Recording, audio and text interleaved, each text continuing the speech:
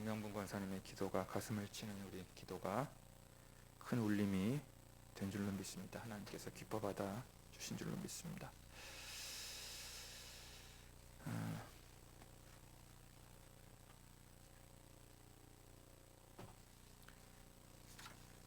우리 지난 주일부터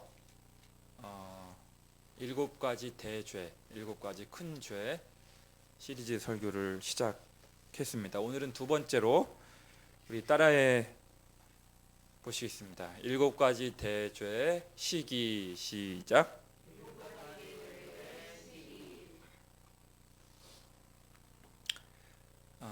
지난 주일에는 제가 교만에 관해서 다루어 드렸고요. 오늘은 시기에 대하여 하나님의 말씀을 함께 상고해 보고자 합니다. 시기란 사전적으로 남이 잘 된 것을 셈하여 미워함이란 뜻을 지니고 있는 낱말입니다. 비슷한 낱말로 질투란 용어도 있는데요. 질투의 경우에는 두 가지 경우의 정의가 있더라고요. 첫 번째는 부부 사이나 사랑하는 이성 사이에서 상대되는 이성이 다른 이성을 좋아할 경우에 지나치게 시기함이란 뜻이 있습니다. 그러니까 시기보다 더 강도가 더 센 것이 질투다, 이렇게 볼 수가 있겠습니다. 또 다른 차원의 정의는요, 다른 사람이 잘 되거나 좋은 처지에 있는 것 따위를 공연히 미워하고 깎아 내리려 함, 이런 정의가 있습니다. 한마디로 우리나라 속담에도 사촌이 땅을 사면 뭐가 아파요? 그런 참 속담이 있을 정도로 우리 인간의 마음 속에는, 죄성을 가진 인간의 마음 속에는 남 잘 되는 것을 이렇게 썩 유쾌하게만 보지 않으려는 그런 성향이 없지 않아 있는 것 같습니다. 이처럼 성경에는 시기 질투로 인하여 불행에 빠진 사례들이 적지 않게 나옵니다. 인류 최초의 살인을 저지른 가인의 경우, 하나님께서 동생 아벨의 제사는 받으시고 자신의 제사는 받지 않으시게 되니까 시기와 질투가 일어나고 그것이 미움과 증오로 번지게 되어 끝내 자기 동생을 쳐 죽이는 끔찍한 일을 저지르고 말았습니다. 창세기 4장 8절에 나오죠. 창세기 37장에 나오는 17세의 어린 요셉은 시기와 질투를 유발할 만한 빌미를 제공하기도 하였습니다. 형들의 잘못을 일러 바치기도 하였고요. 아버지 야곱이 막내인 자기만을 총애하니 형들이 편하게 말을 할 수가 없는 것입니다. 더구나 자기 꿈에서 형들이 고개를 숙여 절하는 장면을 2번이나 그런 꿈을 연거푸 꾸게 되니 형들의 시기는 극에 달하고 말았습니다. 그러던 중 세겜까지 찾아온 요셉을 죽이려고 하지 않았습니까? 유다가 죽이지는 말자 하여 애굽의 미디안 상인들에게 팔려가는 신세가 되고 말았습니다. 그러니까 요셉의 불행의 씨앗은 누구의 시기로부터 말미암은 거예요? 이복 형들로부터 시기를 받아서 그렇게 불행한 청소년 시절을 보내게 된 것입니다. 사무엘상 18장에 나오는 이스라엘의 초대왕 사울은 부하 장수였던 다윗이 블레셋을 이기고 돌아오는 와중에 여인들이 사울이 죽인 자는 천천히요 다윗이 죽인 자는 만만이로다. 그러니까 누가 더 많이 죽인 거예요? 다윗이 더 전쟁에서 혁혁한 전과를 올렸다는 거예요. 이 사울을 이렇게 추켜 세워야 되는데 그 사울 왕이 여기에 격분해 가지고, 아니 다윗이 만만이야? 그러면 왕의 자리는 하나밖에 없는데 다윗이 내 왕의 자리를 노릴 것이 뻔하지 않겠는가? 두려움이 밀려온 거예요. 시기 질투가 생긴 거예요. 내 자리를, 왕의 자리를 다윗이 빼앗아 가면 어떻게 하지? 그래서 그날부터 사울 왕이 다윗을 주목하게 되었고요. 다윗을 죽이기 위해서 혈안이 되고 말았습니다. 하나님께서 부리시는 악령이 임하게 되고, 그래서 제가요 성경을 읽다가 와, 시기 질투가 격동이 되면 하나님의 임재가 떠나가게 되고 하나님이 부리시는 악령이 들어오게 되면서 타인을 죽이려고 하는 미움과 증오에 휩싸이게 되는구나. 그러니까 시기 질투가요 여러분, 단순히 남 잘 되는 것을 부러워하는 정도가 아니에요.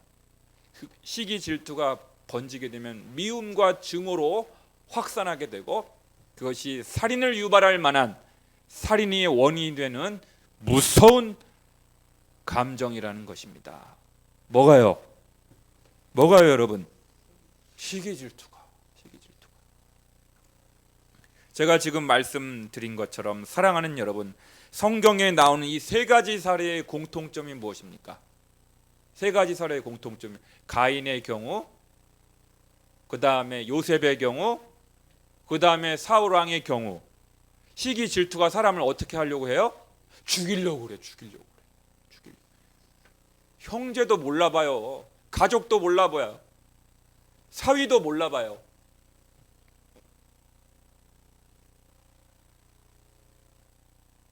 그러므로 시기와 질투라는 씨앗이 여러분과 저의 마음밭에 떨어지지 않도록 마음의 정원을 잘 간수하시는 영혼의 정원사가 되실 수 있기를 주님의 이름으로 간절히 축원합니다.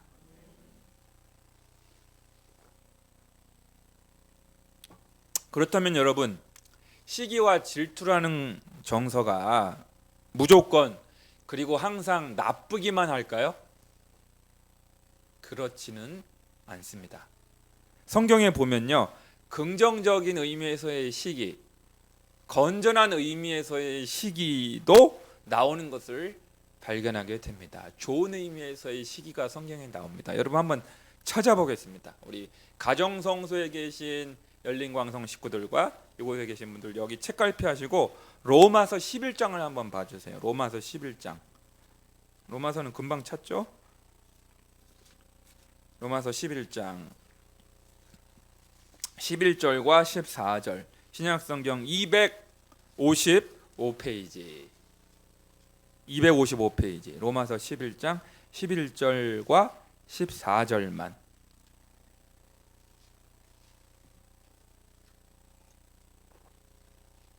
시작. 그러므로 내가 말하노니 그들이 넘어지기까지 실족하였느냐? 그럴 수 없느니라. 그들이 넘어짐으로 구원이 이방인에게 흐르러 이스라엘로 시기나게 함이니라. 14절. 이는 내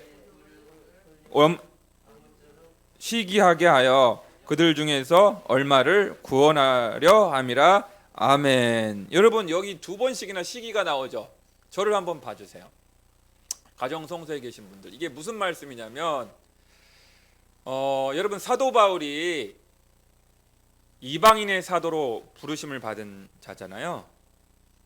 그래서 이방인들에게 복음을 전하고 많은 이방인들이 구원함을 받는 거예요. 하나님의 품으로 돌아오는 거예요. 그런 장면을 보니까 시기가 나는 거예요. 사실은 사도 바울이 자기가 혈통으로 어느 족속이에요? 유대인이잖아요. 자기는 유대인인데 동족인 유대인들이 구원함을 받아야 되는데 동포인 유대인은 구원을 안 받고 이방인들만 막 구원함을 받는 모습을 보니 그런 장면을 보고 자기 혈육인 자기 동포인 유대인들이 이스라엘 사람들이 좀 시기를 받아서 자극을 받아서 아이고 우리들도 좀 구원함을 받아야 되겠다. 구원함을 받아야 되겠다. 그리 됐으면 참 좋겠다. 그래서 14절에 이는 혹 내 고륙을 아무쪼록 희귀케 하여 영적으로 좀 시기를 느껴서 그들 중에라도 얼마라도 구원을 받게 하려 함이라. 할렐루야. 이런 경우는 아주 긍정적인 의미에서 시기예요. 아주 건전한 의미에서의 시기예요. 가령 여러분 어느 권사님이 전도를 많이 한대. 일가 친척들 다 전도를 많이 했대. 이야, 이 얘기를 딱 들으면 아이고 그래? 나도 좀 우리 집안에 안 믿는 사람 많은데 아이고 2021년 새해에는 꼭 우리 일가 친척 중에 불신자들 적지 않은데 나도 거기에 도전을 받은 거예요. 자극을 받은 거예요. 나도 좀 전도를 올해는 꼭 해야 돼. 구원받게 해야 되겠다. 이런 의미에서 이런 면에서는 그 시기가 좋은 시기예요, 안 좋은 시기예요? 이런 거는 좋은 거예요. 이런 거는 좋은 거예요. 이런 거는 아주 좋은 거예요. 어느 집사님이 성경을 하루에 10장씩 읽는데 10장씩 꼬박꼬박 규칙 그런 얘기를 딱 들은 거예요. 어이고 거기 그 얘기를 듣고 나도 분발해야 되겠다. 나도 우리 이명분 권사님처럼 하루에 10장씩 성경 꼬박꼬박 읽어야지. 이 도전을 받은 거야. 자극을 받은 거야. 분발하게 되는, 영적으로 분발하게 되는 것이죠. 그런 경우에는 아주 좋은 거예요. 좋은 시기인 거예요. 독서를 많이 해야 되겠다. 내가 기도를 좀 더 많이 해야 되겠다. 하루에. 그러한 시기는 성장과 발전을 위한 긍정적인 추진력으로 작용한 것입니다. 2021년 새해에는 여러분과 제가 남의 장점, 남의 선행을 보고 자기 발전과 자기 성숙의 계기로 삼으실 수 있기를 주님의 이름으로 간절히 축원합니다. 그런데 오늘 이 성경에서 오늘 우리가 여러분들과 같이 논의하고자 하는 이 주제는 이 시기 질투는 이제 부정적인 의미에서의 시기와 질투를 오늘 말씀하고 있는 것인데요. 왜 우리가 시기와 질투라는 감정에 휩싸이지 않도록 우리의 마음을 잘 단속해야 하는 이유가 무엇일까요? 오늘 주신 잠언 14장 30절 말씀을 다시 한번 읽겠습니다. 우리 화면으로 한번 나오네요. 다시 한번 읽겠습니다. 시작. 평온한 마음은 육신의 생명이나 시기는 뼈를 썩게 하느니라. 아멘. 여기서는 당연히 이제 부정적인 의미, 안 좋은 의미에서의 시기입니다. 여기서 시기라고 번역된 히브리어 킨아는 원래 단지 열받는 정도를 넘어서 불탄다는 의미를 지니고 있습니다. 그러니까 시기와 질투는 불에 비유될 만큼, 화염에 비유될 만큼 시기로 인한 피해는요, 시기 받는 사람은 물론 그리고 시기하는 사람과 심지어 그가 속한 공동체까지 불붙게 하여서 화상을, 내상을 입히게 한다는 것입니다. 뭐가요? 시기 질투가 불과 같아서. 또한 아까 시기는 뼈를 썩게 하느니라라고 되어 있죠. 뼈라고 번역된 낱말은 뼈들이라고 복수로 번역해야 옳습니다. 그러니까 시기와 질투는 내 신체, 내 몸 안의 모든 뼈를 불태워서 결국 죽음에 이를 정도로 삶의 기력을 쇠진하게 한다는 것입니다. 결국 나 자신의 영적인 건강과 육적인 건강을 위해서라도 시기와 질투로부터 자신을 보호할 수 있어야 한다는 것입니다. 그래서 요즘 시쳇말로 세상에서 많이 유행하는 말이 있죠. 한번 따라해 보시겠습니다. 열린광성 식구들, 부러우면 지는 것입니다. 시작.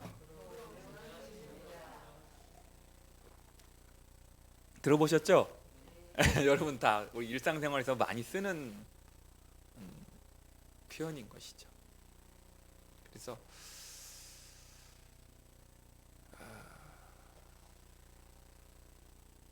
그렇게 한번 옆에 있는 가족분들 또 지체 분들에게 이야기하면 좋을 것 같아요. 오래 살기 위해서라도 시기 질투하지 맙시다. 시작.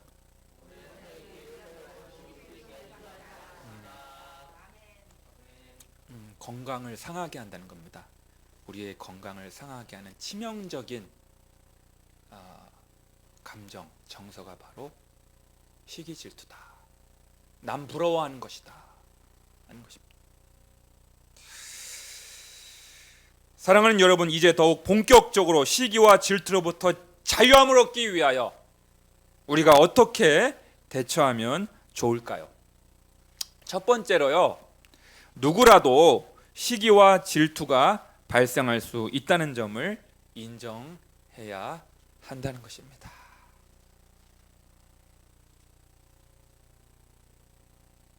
누구라도. 한국의 저명한 목회 상담학자인 전효섭 교수님께서 쓰신 7가지 악한 성품과 기독교 상담이라는 좋은 책이 있습니다. 이 책에 이런 예화가 등장합니다. 한 수도사가 리비아의 어느 사막에서 금식 기도를 하면서 수도를 하고 있었습니다. 그래서 마귀가 이 수도사를 유혹하려고 별의별 시도를 다한 것입니다. 음식으로 유혹하고 의심으로, 공포로, 욕심으로, 재물로 할 수 있는 모든 시도를 다해 보았지만 기도로 무장된 이 수도사는 꿈쩍도 하지 않는 것입니다. 결국 마귀들도 두 손 두 발 다 들었습니다. 바로 그때 어떤 마귀가 나타나서 이러는 것입니다. 내가 한번 해볼 테니까 잘 봐봐. 그러면서 이 수도사에게 다가가는 것이 아닙니까? 그러면서 그 수도사의 귓가에 다음과 같이 속삭이더랍니다. 뭐라고 그랬냐면, 당신 동생 알렉산드리아가 이번에 주교가 되었습니다. 네 동생이 주교로 승진했다는 거예요. 이 말을 들은 그 수도사는 얼굴이 벌겋게 굳어지면서 뭐? 동생이 주교가 되었어? 라고 말하며 마음이 크게 심란케 되어 결국 기도를 못하게 되었다는 전설 따라 삼천리 이야기입니다.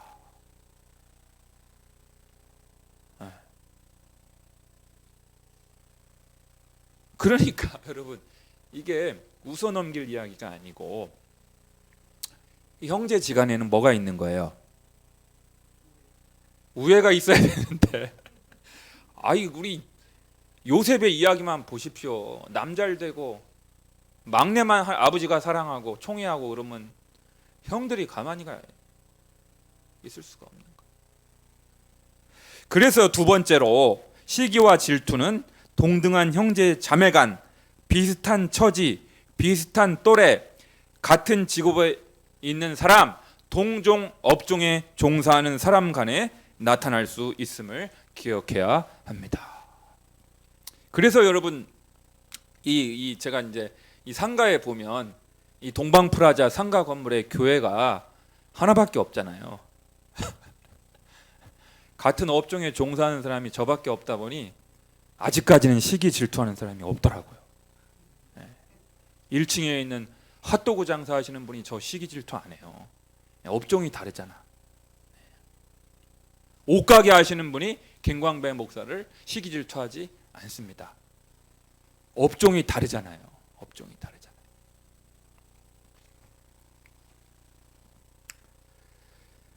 그러니까 여러분, 체급이 다른 프란체스코 교황에 대하여 시기 질투하는 나누시는 분 손들어 보세요. 나랑 완전히 체급이 다른 문재인 대통령에 대해서 시기 질투하는 사람이 있으시면 한번 손들어 보세요. 없잖아요. 없잖아요.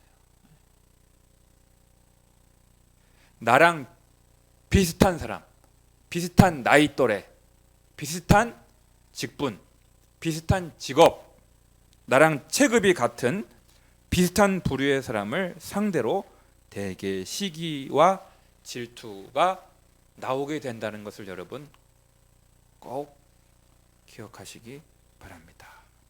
그래서 여기 식당이 최근에 개업을 했거든요. 요 맞은편에 혼밥집이라고. 근데 1층에 계시는 식당 하시는 다른 분이 경계심을 갖더라고요. 경계심을 최근에. 아, 그렇구나.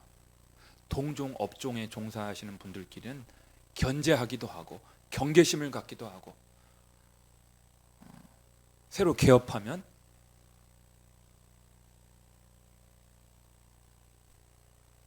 관심을 가질 수밖에 없는 것이죠.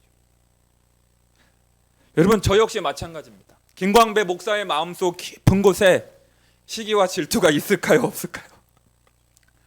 이렇게 멀쩡해 보이는 김 목사의 마음속 깊은 곳에 저랑 동기 목사에 대한 동기 목사, 신대원 동기 목사님, 또 학부 제 동창, 동기 동창에 대해서 시기 질투가 있겠습니까, 없겠습니까? 아까 제가 말씀드렸잖아요. 누구라도 시기와 질투가 있다는 사실을 인정해야 합니다. 첫 번째 대지. 저라고 예외가 될 수 있겠어요?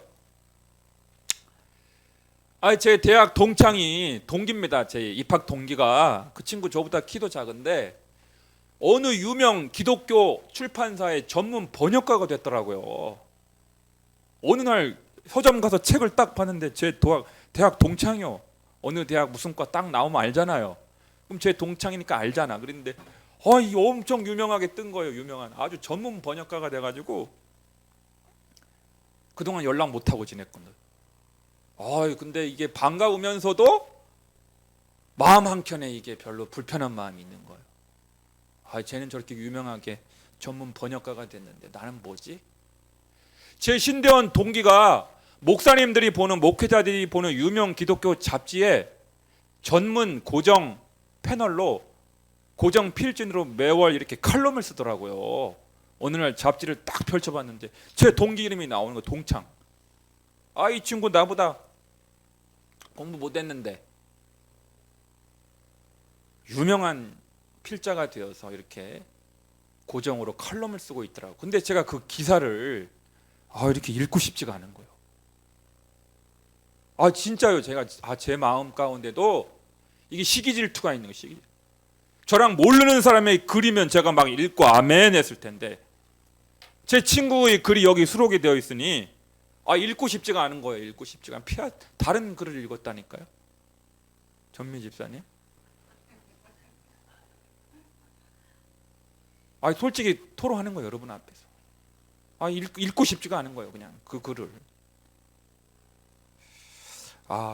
제 안에 그 미묘한, 아주 미묘한 열등감이 있구나. 제 안에 미묘한 열등감, 미묘한 비교의식이, 동기 동창이, 친구가 잘 되는 것을, 유명해지는 것을 이렇게 박수쳐 줘야 되는데 그러지 못하고 있는 저 자신의 그 쪼잔한 마음이, 열등감이, 비교의식이 김광배 목사 안에도 없지 않아 있구나. 있더라고. 그러므로 여러분, 우리가 시기와 질투를 극복하려면 가장 중요한 것이 있습니다. 그러한 마음에, 그러한 생각에 우리의 마음을 빼앗기지 않으려면, 지배당하지 않으려면 중요한 것이 있습니다. 다시 한번 그리스도인의 인생에서 가장 중요한 것, 가장 소중한 것이 무엇인지를 분명하게 설정하는 것입니다. 아버지 품에 안기다는 책을 쓴 잭 프로스트의 핵심 주장을 다시 한번 인용해 보고자 합니다.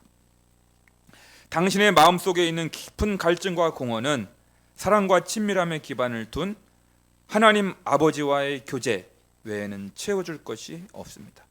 이것을 체험하기까지 당신은 진정으로 다른 사람과 친밀한 관계를 맺기가 힘들 것입니다. 여러분, 이 문장이 진리임을 깨닫고 전혀 다른 방향으로, 전혀 다른 차원에서 새롭게 인생을 시작했던 사람이 누굽니까? 바로 구약의 모세입니다. 모세는 나이 40세까지 당시 세계 최강 애굽의 왕자로서 애굽의 학문과 기술을 두루 익혔을 뿐만 아니라 그곳에서 온갖 부귀영화를 누렸던 사람이었습니다. 그런데 그가 살인죄를 범하고 탈로가 나자 도망친 미디안 광야에서 그는 무려 40년간 무명의 양치기로 고독한 세월을 보내게 되었습니다. 그리고 불타는 떨기나무 가운데 나타나신 하나님의 임재를 체험하게 되었습니다. 하나님의 영광 앞에서, 하나님의 현현 앞에서 비추어진 자신의 초라한 실상을 보게 되었습니다. 그리고 거기에서 하나님의 사명을 부여받게 됩니다. 출애굽기 3장 9절부터 12절의 말씀을 제가 읽어드리겠습니다. 이제 가라, 이스라엘 자손의 부르짖음이 내게 달하고 애굽 사람이 그들을 괴롭히는 학대도 내가 보았으니 이제 내가 너를 바로에게 보내어 너에게 내 백성 이스라엘 자손을 애굽에서 인도하여 내게 하리라.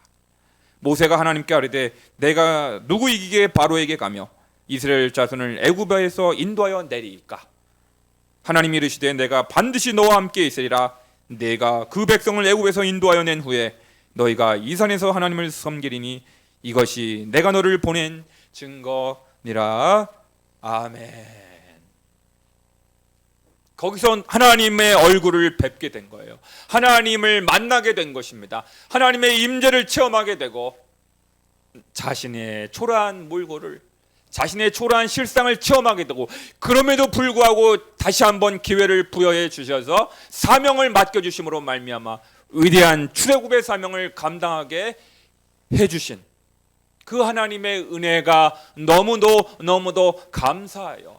그 은혜가 너무나 북받쳐서 이제 모세가 세상을 바라보는 관점, 세상의 재물과 권력과 명예와 부귀영화를 바라보는 관점이 완전히 달라지게 되었습니다. 그것이 히브리서 11장 24절, 25절, 26절에 나타나 있습니다. 여러분 한번 찾아 읽겠습니다. 이 부분은 너무나 중요한 부분이니까 찾아 읽겠습니다.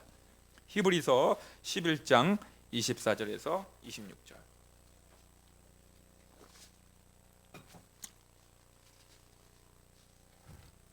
정말 중요한 말씀입니다. 여러분 오늘 이 말씀은 꼭 기억해 주시면 좋겠습니다.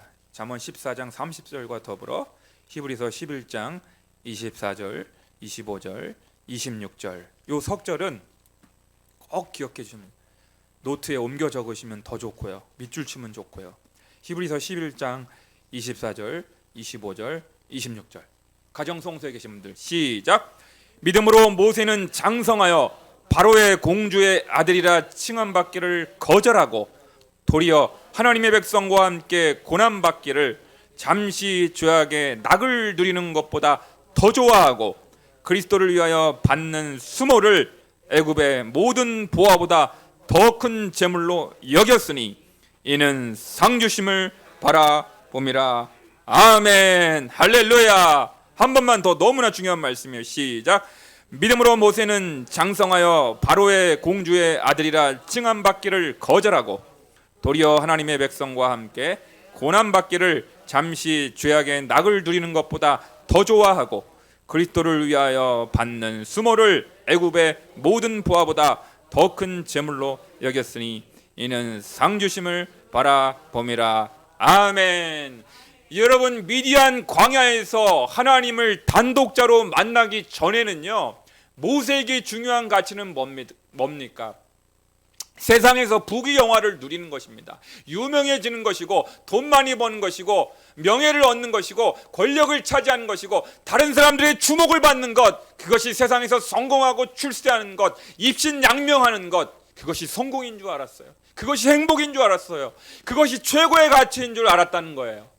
그러나 미디안 광야에서 떨기나무 가운데, 불타는 떨기가 나무 가운데 나타나신 그 하나님을 체험하고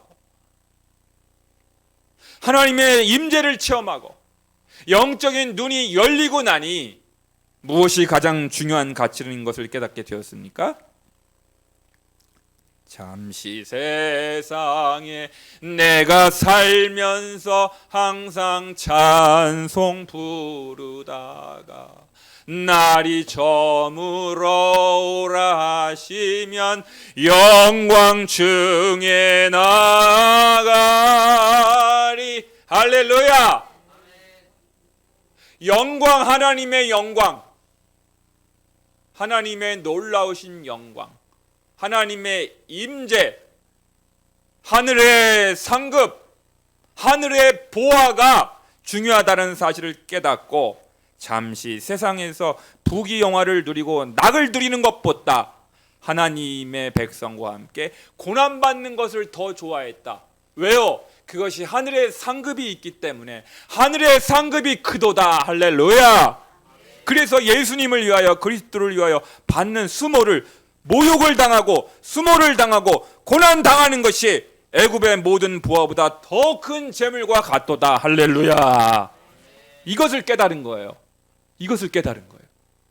이것을 보게 된 거예요. 하늘 영광을 체험하게 된 것입니다. 하나님을 보게 된 것입니다.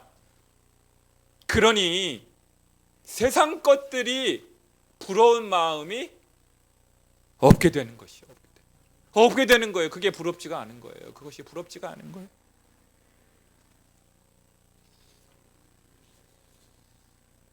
이렇게 가장 소중한 분, 가장 귀한 분 예수 그리스도를 내가 소유하게 되었으니 다른 사람과 비교하고 다른 사람과 경쟁하고 다른 사람과 라이벌 의식을 느낄 겨를이 어디 있겠습니까? 어디 있겠어요? 거기 시간이 아까운 거예요. 시간이. 남과 경쟁하고 남과 비교하고 남들보다 돈 많이 벌고 남들보다 나는 더 성공하게 되고 그런 것들이 이제 나를 끌어당기지 않다는 것입니다. 왜요? 가장 소중한 분 예수 그리스도를 차지하게 되었기 때문입니다. 할렐루야. 예수님을 차지하게 된 거예요. 하늘 영광을 맛보게 된 것입니다. 하나님 나라를 소유하게 된 것입니다. 하나님의 자녀가 되는 권세를 누리고 살아가는 그 삶, 그것 하나로 충분하기 때문에 모세의 가장 큰 소원은 하나님을 아는 것입니다. 그리스도를 아는 것, 그것이 내 생애의 가장 소중한 가치, 가장 최고의 가치, 가장 으뜸되는 가치가 되고 나서부터는 남들이 나보다 유명해지든 남들이 나보다 돈을 많이 벌든 남들이 기독교 언론으로부터 주목을 받든 그것이 그렇게 중요하지 않게 되는 것입니다. 하나님과의 친밀한 사귐이라는 책을 쓴 베스트셀러 작가 조이스 마이어가 이렇게 책에서 말합니다. 하나님과 더불어 시간을 보내면 주변의 모든 이들은 그 사실을 금방 알아챈다. 더욱 차분해지고 다른 이들과 잘 어울리며 순간적으로 감정을 통제하지 못하는 일도 없다. 인내심이 점차 늘어나고 하나님이 무엇을 좋아하시는지, 주님에게 대적하는 것이 어떤 것인지 알게 된다. 친구를 사귀듯 하나님과 교제하는 시간이 길어질수록 점점 더 주님이 좋아지게 마련이다. 하나님은 우리에게 그리고 우리를 통해 세상 사람들에게 사랑을 보여주고 싶어 하시는데 주님과 더불어 시간을 보내다 보면 그 사랑에 더욱 민감해진다. 하나님과 뜨거운 사랑에 빠지게 되는 것이죠. 그렇습니다. 하나님의 임재를 사모하고 하나님과 함께 있는 시간을 가장 즐거워하다 보면 우리는 아버지의 마음을 알게 되고 아버지의 마음을 품게 되는 것입니다. 할렐루야. 우리가 하늘 아버지와 친밀하게 영적으로 동행하고 친밀하게 거하다 보면요, 하늘 아버지의 마음을 알게 되는 것입니다. 자녀가 성공을 했는데 시기 질투를 느끼는 아버지가 어디에 있겠습니까, 여러분? 한번 따라해 보실까요? 자녀가 성공을 했는데 시기 질투 느끼는 부모가 어디 있겠습니까? 청출어람이 청어람이라고.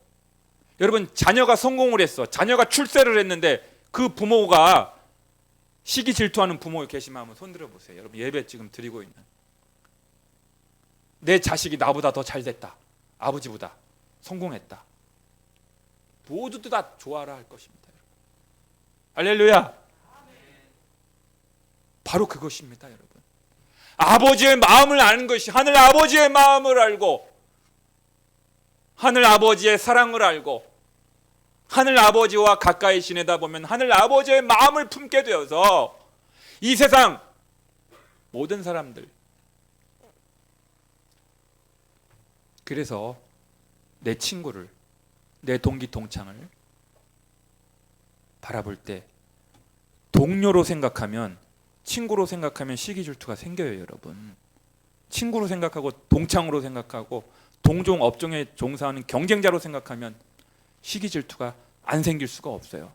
그런데 하늘 아버지와 친밀해지고 주님의 사랑에 젖어 있고 예수 그리스도 한 분만으로 만족하고 내가 하늘 아버지의 마음 가운데 거하게 되면 친구라도 동창이라도 그때부터 하늘 아버지의 마음을 품고 같이 박수 쳐줄 수 있는 것입니다.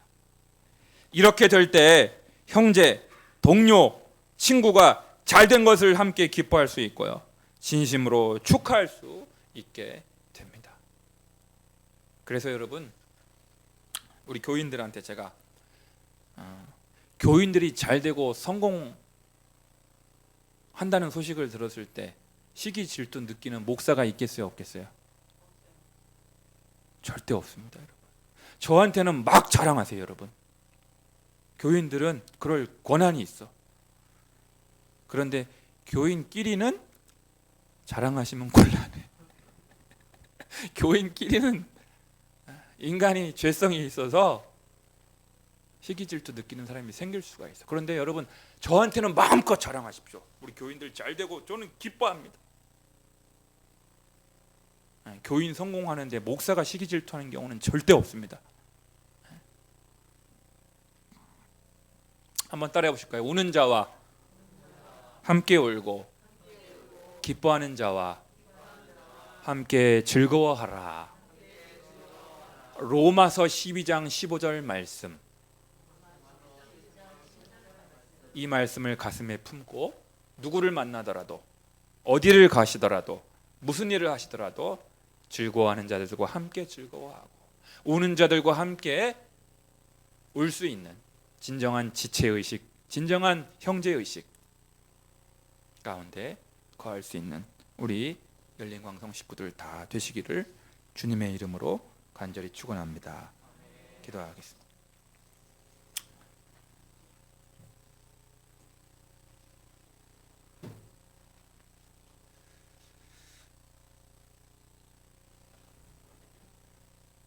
사랑과 은혜가 풍성하신 아버지, 우리가 육신을 입고 사는 동안만큼은 시기 질투의 그 위협으로부터 완벽하게 자유로울 사람은 없습니다. 우리도 육신을 입고 죄성이 있는지라, 이기심이 있는지라, 친구가 잘 되고 동기 동창이 잘 되고 동료가 잘 되고 동종 업종에 종사하는 다른 목사님이 부흥하고 주목받고, 그러면 내 안에 같이 기뻐하기보다는 배 아파하고 불편해 여기고 열등감 느끼고, 그것이 어쩔 수 없는 저의 모습을 주님 앞에 고백하지 않을 수 없습니다. 그러한 감정에 휩싸이지 않도록, 그러한 감정에 지배받지 않도록 다시 한번 주님을 바라보게 하시고 하늘을 바라보게 하시고 하늘 영광을 사모하게 해주시고 그리스도를 위하여 받는 수모, 하나님의 백성들과 함께 고난받는 것이 애굽의 모든 부귀영화보다 더 가치 있는 재물임을, 상급임을 알고 다시 한번 우리의 고개를 들어 주님 바라보게 하여 주시옵소서. 주님 한 분만으로 만족하게 하여 주시옵소서.